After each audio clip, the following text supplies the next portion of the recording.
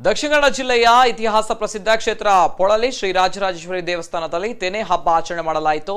ದೇವಸ್ಥಾನದ ಅರ್ಚಕರು ಪೂಜಾ ವಿಧಿ ವಿಧಾನಗಳನ್ನು ನೆರವೇರಿಸಿದ ಬಳಿಕ ತೆನೆಗಳನ್ನು ಗುತ್ತಿನವರಿಗೆ ಸಾವಿರ ಸೀಮೆಯ ಭಕ್ತಾದಿಗಳಿಗೆ ತೆನೆಗಳನ್ನು ನೀಡಿದರು. ಈ ವೇಳೆ ದೇವಸ್ಥಾನದ ಆಡಳಿತ ಮುಕ್ತೇಸರರು, ಅರ್ಚಕರು, ಕಾರ್ಯನಿರ್ವಹಣಾಧಿಕಾರಿ ಉಪಸ್ಥಿತರಿದ್ದರು.